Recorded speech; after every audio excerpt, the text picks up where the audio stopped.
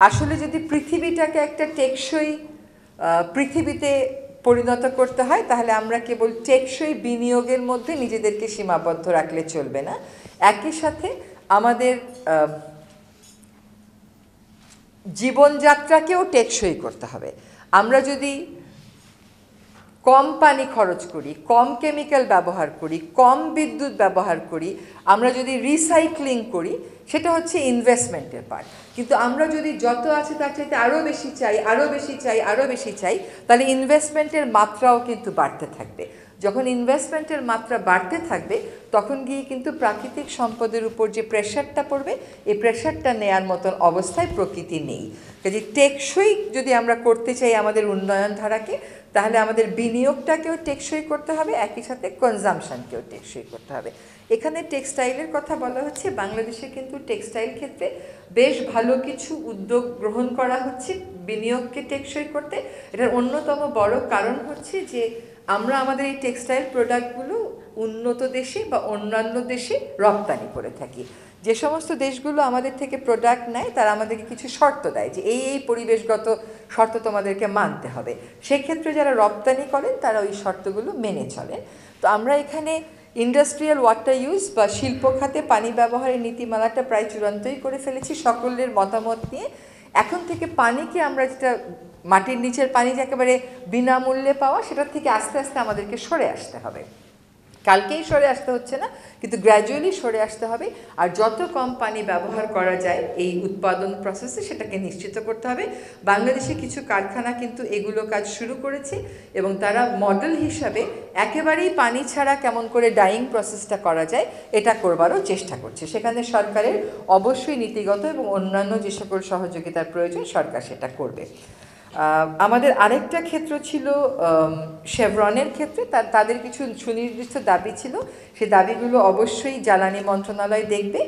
বাংলাদেশের এনার্জি মিক্সটা এখন একটা পর্যায়ে আছে যেখান থেকে একটা উত্তরণের পথের দিকে আমরা যাব, কিন্তু সেটা তো রাতারাতি হবে না। ফলে বাংলাদেশের অভ্যন্তরে যে সমস্ত প্রাকৃতিক সম্পদ আছে সেগুলোর সুষ্ঠু ব্যবস্থাপনা আমরা নিশ্চিত করব এবং আমদানি নির্ভর যে একটা জ্বালানি খাত আমাদের আছে সেখান থেকেও রাতারাতি উত্তরণ সম্ভব না, কিন্তু সেখান থেকে আমরা কেমন করে শিফটটা একটু রিনিউয়েবলের দিকে যেতে পারি সেজন্য সরকার অতি সম্প্রতি রিনিউয়েবল এনার্জি পলিসিটাকে পাশ করেছেন এবং সেখানে সরকার বেশ একটা টার্গেট, অ্যাম্বিশাস টার্গেটই রেখেছে যে 2030 সালের মধ্যে যত এনার্জি আমরা প্রডিউস করি তার 30% আমরা রিনিউয়েবল সোর্স থেকে করব। এটা শুধুমাত্র একটা পলিসি ডিক্লারেশনেই সীমাবদ্ধ না, সরকার কিন্তু সরকারি সকল অফিসকে নির্দেশনা দিয়েছে তারা যেন তাদের আঙিনাতে রিনিউয়েবল এনার্জি প্ল্যান্টটা স্থাপন করে। এটাও সময় সাপেক্ষ ব্যাপার, কিন্তু কাজটা শুরু হয়ে যাচ্ছে। ফলে আমাদেরকে এমন একটা এনার্জি পাথ বেছে নিতে হবে যেটা পরিবেশ বান্ধব তো বটেই, একই সাথে সাশ্রয়ী। সেজন্য আমাদের এখানে যা প্রাকৃতিক সম্পদ আছে সেটার সুষ্ঠু ব্যবস্থাপনার দিকে আমাদেরকে এগোতে হবে। সবশেষে ছিল টোব্যাকোর বিষয়টা। এখানে হচ্ছে যে সরকার সকল পক্ষের সাথে কথা বলেই এই সমস্ত বিষয়ে আইন করবে বা নতুন আইন সংশোধন করবে। সরকার যেমন ব্যবসার দিকটা দেখবে, সরকার তেমনি জনস্বাস্থ্যের দিকটাও প্রাধান্য দিয়ে দেখবে। কত টাকা আপনার এখানে রেভিনিউ লস হবে, বিনিময়ে যেভাবে চলছি সেভাবে চললে কত টাকা আসলে স্বাস্থ্য খাতে বাড়তি খরচ হবে, সরকার নিশ্চয়ই সবটাই বিবেচনা করে একটা সিদ্ধান্ত আনবে।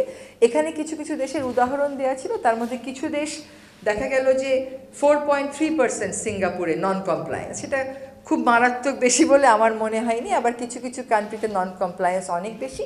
তো আইন প্রয়োগের দিক থেকে আসলে আমরা যে দেশগুলো আইন প্রয়োগে সফলতা অর্জন করেছে তাদের দিকেই তাকাবো। তো সরকার সকল ক্ষেত্রে, আপনি টেক্সটাইল বলেন, এনার্জি বলেন, টোব্যাকো বলেন, সংশ্লিষ্ট সকলের সাথে কথা বলেই আইন, বিধিমালা এবং নীতিগুলো প্রণয়ন করে যাচ্ছে এবং করবে। ঢালাইয়ের সেরা প্রিমিয়ার সিমেন্ট।